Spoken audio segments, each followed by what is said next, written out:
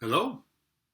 I guess we're doing Leviticus Chapter 18 today, live from my bedroom this time. First time I did it from here. It's been a kind of crazy week, and I was going to do it downstairs in the basement, but it's so dark down in that basement. You've seen that basement before. So I decided to do it up here. Lock the door. Hopefully nobody bangs on it. Should be able to do this.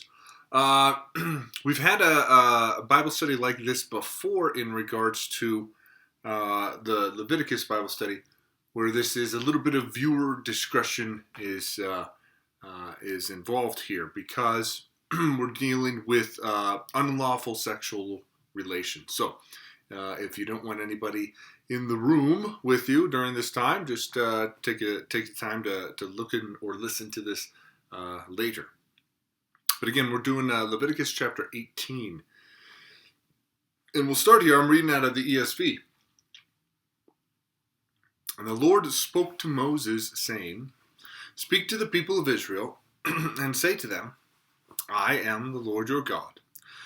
You shall not do as they do in the land of Egypt, where you lived, and you shall not do as they do in the land of Canaan, to which I am bringing you. You shall not walk in their statutes." So already we've got Yahweh who's dividing or separating the Israelites apart from the Egyptians where they came from, the Canaanites where they're going to, right?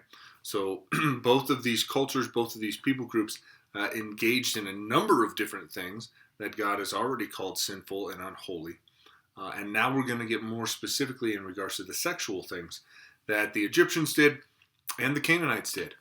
And God is saying, you can't do that. Not just because he is arbitrarily wanting the Israelites to be holier on an arbitrary sort of level, but he's kind of setting up, or he will be setting up, this understanding of the orders of creation, the proper ways of doing these things that our Lord has actually set up and instituted.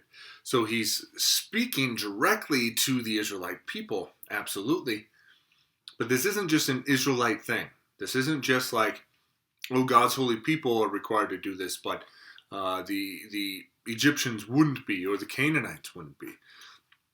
God is actually setting up sexual ethics and sexual morals right here and proclaiming them to the Israelites. But this is something that is over all time and space. And you see this because later on, I believe in the book of, I'm going to say it's Joshua, you hear instances where different Canaanite populations are engaged in certain sinful things. Some of them sexual, some of them not. And Yahweh actually part of the judgment and part of bringing His people into Canaan, the land of Canaan, is punishment. For the Canaanites for engaging in these sorts of acts and in these sorts of sins. So you can see even from an Old Testament level that you do have that, right? It's not just the Israelites, but it's for the Canaanites too. And then New Testament too, you get to see this and you get to hear this, especially with St. Paul, right? In the church in Corinth and in Rome as well, right? So you've got this whole section, I believe it's the first and second chapters of Romans, where Paul is speaking about sexual relations and the proper way to go about that, the proper way to see this, even inside and outside of the church, right? And then he speaks about that as well, in 1 Corinthians as well. If you remember, there's an individual who was married his mother-in-law, or no, stepmother. And Paul calls that an abomination and tells the church in Corinth to basically excommunicate that guy. And it appears in 2 Corinthians that the man is come to repentance because it sounds as if, although it's not explicit, but it sounds as if that man has been brought back in. Okay, so jumping in right again with chapter 18. I believe we're on verse 4. You shall follow my rules and keep my statutes and walk in them. I am the Lord your God. You shall therefore keep my statutes and my rules. If a person does them, he shall live by them. I am the Lord. All right. Verse 6, none of you shall approach any one of his close relatives to uncover nakedness. I am the Lord. Now this uncovered nakedness, we're going to hear about this in the entire chapter of 18, over and over. Uncover the nakedness of your father and mother, blah, blah, blah, blah, blah. This isn't just seeing somebody naked without clothing, although that's part of it, sure, but that's not all of it. This is more than likely a euphemism for engaging in these sexual acts, engaging in these sexual encounters. And so we see that here. We see it at other places as well, that you'll hear this term of uncover the nakedness of. For instance, if you look in Genesis, and right after Noah and his sons get off the ark, right? Noah plants a vineyard, makes some grapes, makes some wine, and then gets drunk, right? And then you hear that Ham, his second son, goes into Noah's tent and uncovers his nakedness, and then comes out and tells Shem and Japheth about it, right?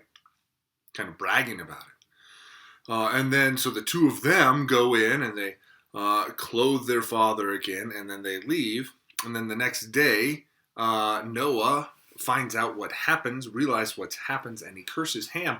But he doesn't just curse Ham, he curses Ham's son, Canaan, right? Which is weird. You're like, why are you cursing the son, the offspring? It doesn't make much sense. Especially if all it is a son walks in and sees his father stone drunk, passed out naked, and laughs at him, and then walks out and makes fun of him to his brothers. That doesn't seem to be something worth this curse of a lifetime for generations upon generations. And I think if you hear it in a different sort of language, if you hear it in how Moses speaks about it here in Leviticus Chapter 18, I think what probably actually happened here was some sort of sexual molestation, oddly enough, that the second son, Ham, did to his father Noah. And I don't think it was in any way, shape, or form in regards to sexuality, but in regards to dominance, I think.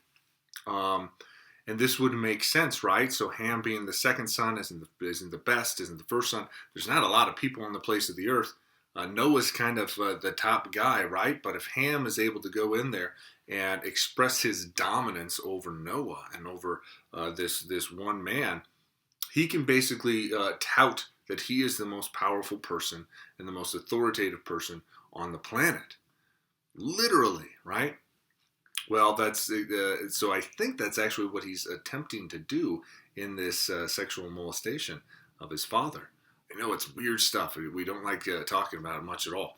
But in so doing, then he gets cursed.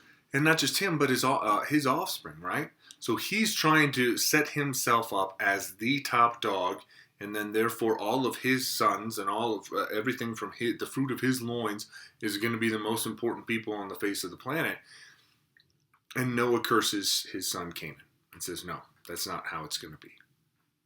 So, I don't know, food for thought. Go back and read, I can't remember where it's at. Beginning of Genesis, 9, 10-ish, maybe a little after. You'll read it with a different light. All right, so, verse 6, none of you shall approach any of his close relatives to uncover nakedness. I am the Lord. You shall not uncover the nakedness of your father, which is the nakedness of your mother. She is your mother. You shall not uncover her nakedness. You shall not. And right there, we have this understanding of a one flesh union, right?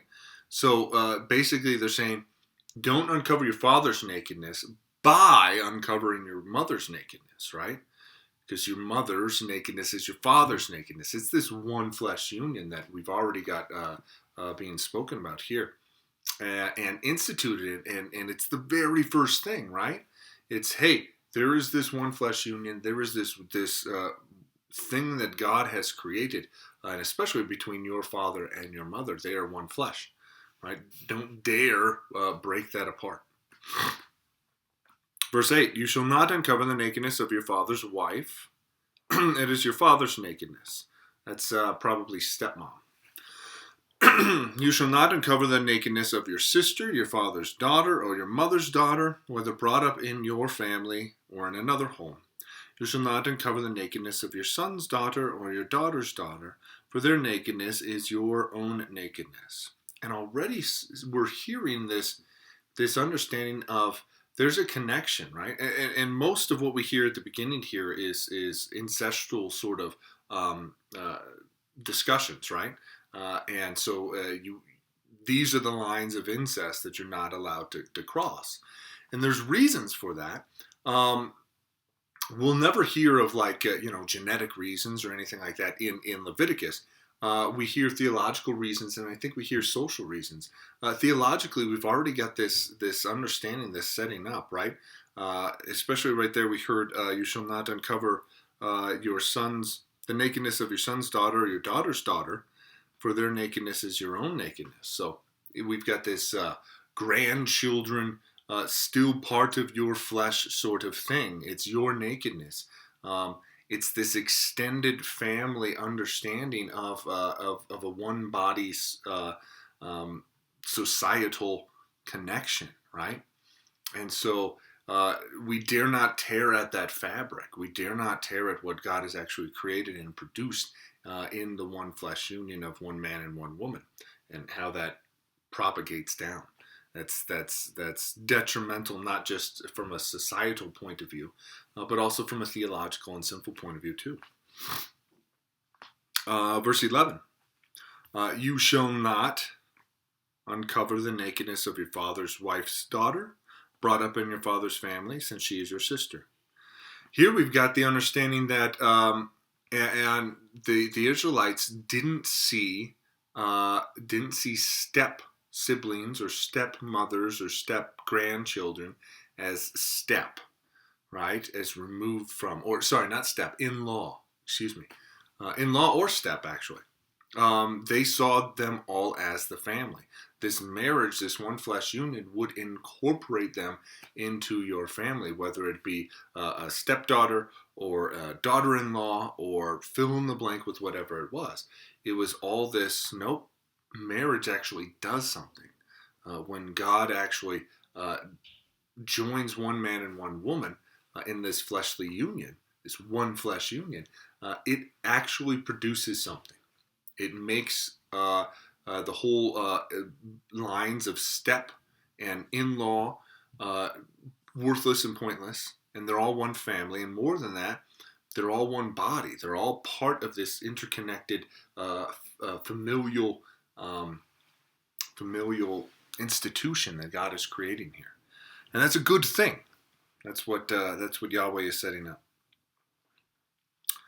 I think we're at 12. You shall not uncover the nakedness of your father's sister, she is your father's relative. You shall not uncover the nakedness of your mother's sister, for she is your mother's relative. You shall not uncover the nakedness of your father's brother, that is, you shall not approach his wife, she is your aunt. Again there, right there, he's not talking about homosexual relations, but he's saying don't uncover your father's brother's nakedness, meaning your aunt, right? Again, that one flesh union there.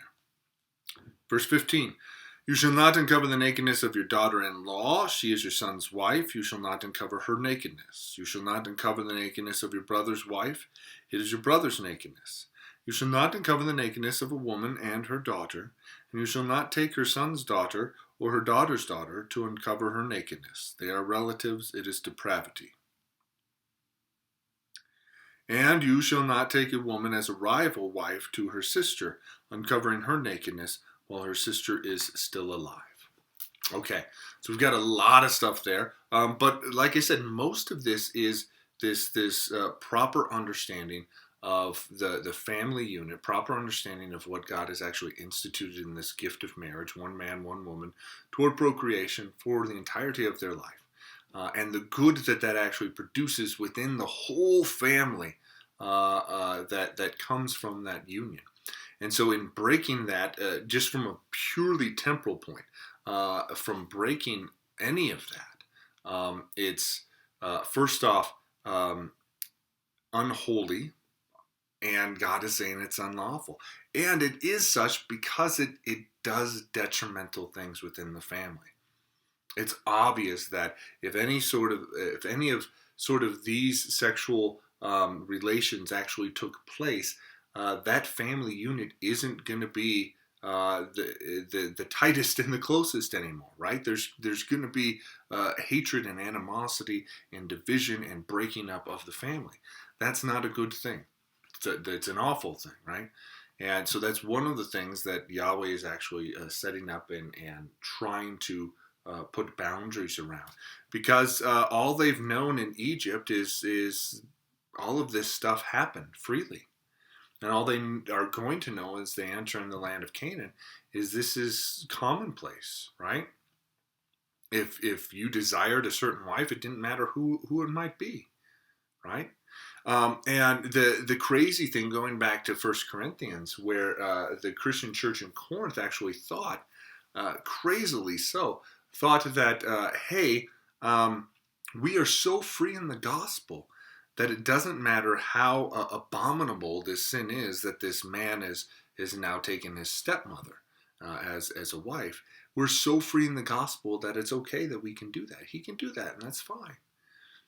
And Paul's saying, that's not how the gospel works. You guys don't get it. The gospel isn't permission. Freedom from sin doesn't mean freedom to sin.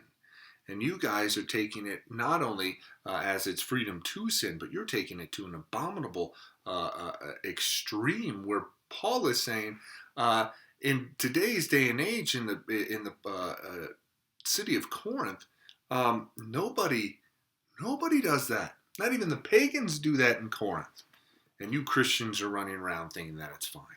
It's an abomination. Stop. It's not good. All right. Verse 19, you shall not approach a woman to cover her nakedness while she is in her menstrual uncleanness. You shall not lie sexually with your neighbor's wife, and so make yourself unclean with her. So we're talking adultery there, just random, everyday adultery, right? You shall not give any of your children to offer them to Moloch, and so profane the name of your God. I am the Lord. You shall not lie with a male as with a woman. It is an abomination. And you shall not lie with any animals, and so make yourself unclean with it. Neither shall any woman give herself to an animal to lie with it. It is perversion.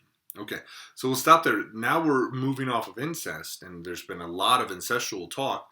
But I think the reason for that is in Egypt and in Canaan, you were going to see all these different gray areas, and the Lord is actually just laying it all out. Nope, that's wrong, that's wrong, that's wrong, that's wrong, all the way down, all of these things, right?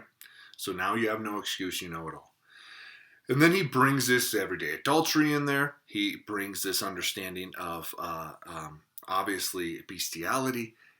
And then we've got the odd thing, the only thing in here that has nothing to do with sexual relations, but has to do with the procreation and the progeny of that, right, is you shall not offer your children to Moloch.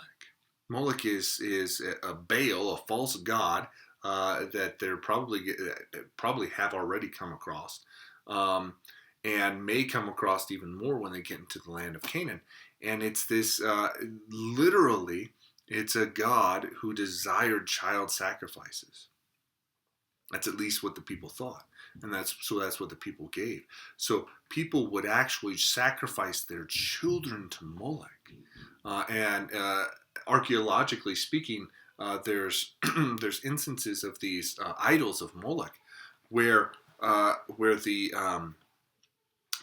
god figure is this humanoid sort of thing, and he's got his hands out, and the child, usually probably infant, is laid on the hands, and then it's actually the hands are placed over this brazier, right? It's basically a way in which, and it kills me to actually speak this, but it's a way to sacrifice your child through burning them to death, right, to this god. What a horrible, horrible thing, right? And we actually see this when you're reading 1 Kings, 2 Kings, Chronicles. I can't remember which one of the kings would do this, but there was a couple kings who actually sacrificed they are children to foreign deities and false gods as well. They were really bad kings, Israelite and Judean kings. So here where Yahweh is actually, again, setting the people completely apart from what they're going to see and what they did see in Egypt and what they're going to see in Canaan. We don't do these things. This is not the way to do. This is not the way of life. This is the stuff of death. And we certainly don't sacrifice our children to false gods. That's not what we do. And so in this last section here, we see that Yahweh is speaking of the order of creation, right? So he ordered creation in a specific way, and anything outside of that realm of an ordered creation is against God's will and against God's desire, and so therefore it's actually sinful and unclean, and unholy. And so we've got this bestiality is against the order of kindness, right? The kinds, right? Animal versus human, there's a difference, right? And then we also obviously have the understanding of procreation and the order of creation and order of procreation that God has set up as well in regards to the homosexual acts too. And so the reason that these are profane is not that they're just randomly considered profane things, but they're against the ordered creation that God has set forth. And therefore, anything against the ordered creation that God sets forth is profane and is abominable. 24, do not make yourselves unclean by any of these things, for by all of these things the nations I am driving out before you have become unclean. So now he's speaking, right? This isn't just for the Israelites. This is for the Canaanites too. It's for everybody. They are unclean because of this. And the land became unclean, so that I punished its iniquity, and the land vomited out its inhabitants. It's some crazy words there, right? Crazy imagery. But you shall keep my statutes and my rules, and do none of these abominations, either the native or the stranger who sojourns among you. For the people of the land who were before you did all of these abominations, so that the land became unclean. Remember, the Lord is leading them into the promised land, and the promised land is this promised land. It's got a connection, a tie to their holiness, to how the tabernacle on the temple is going to be connected to this land, because this land is connected to Yahweh's promise for them. I will produce this for you and give this to you, and then I'm going to disperse each family unit a piece of this land, a literal piece of the dirt that they can grab onto. This is my promise to you. And so in all of these abominations and all of these sins, not only were the Canaanites polluting themselves and polluting the whole family and the whole nation, but they were polluting the land. It was all this connected understanding that Yahweh is saying here. Verse 29, for everyone who does any of these abominations, the persons who do them shall be cut off from among their people. So keep my charge never to practice any of these abominable customs that were practiced before you, and never to make yourselves unclean by them. I am the Lord your God. Okay, so we've talked about a lot of just the societal understanding. We've talked about the theological understanding. And then there's obviously the Christological understanding as well. Because if Christ is the bride of his church, and the church is the bridegroom, then we do have this proper understanding of what the marital union is supposed to look like. It is supposed to look like Christ and his bride. That is the ultimate understanding and the perfect picture of marriage and what marriage is and what God has actually set up for this one flesh union, right? Christ and his bride, this oneness, this unity. And anything outside of that, you can't be given this unity. It actually breaks apart the divisions even more, right? So that's what Yahweh is actually setting up. That's what is fulfilled in Christ as well. Is this? We just have to think about it as this Christ and his bride, the head and the body. It's all of this understanding. So we as the bride, we as the body, we are made one with Christ. It's abominable for us to do anything that would break that. It's abominable for us to do anything that would pervert that, right? And that doesn't just have to do with sexual sins, but that has to do with every single sin as well. The beautiful thing, so Paul lays out this in Corinth, I think, chapter 6. He lays out all the different, a number of different sort of individuals engaged in different sexual relations that are making themselves abominable in the sight of God. And yet, at the end of it all, he still does speak about that grace, right? He still does speak about that mercy, because he speaks of to the church, and he's saying, some of you once were that, right? Some of you once were that, but you are no longer. You are in the church. You are forgiven children of God. You are the bride of the bridegroom. This is the gift that you've been given, and this is what you have, and it's yours. So, I'm sure we could get into a lot more stuff and a lot more detail. Maybe this is one of the things that you might want to speak to me in person a little bit more about. But I think we covered a lot, and I think I hope I covered it decently. It's a weird one to talk about, especially to talk virtually here, not knowing how the other individuals' reactions are in regards to this. So give me a heads up. Let me know, not just this session, but how, if you're watching Leviticus, let me know how it's going. I don't even know how many people there are watching. Maybe I'm just speaking to myself. Let me know. It'd be nice. So I believe that's all. Hope to see you, well, if you're watching this when it's put out, then hope to see you today, although it's supposed to snow. So we'll see what sort of Reformation service we got. All right. The Lord be with you.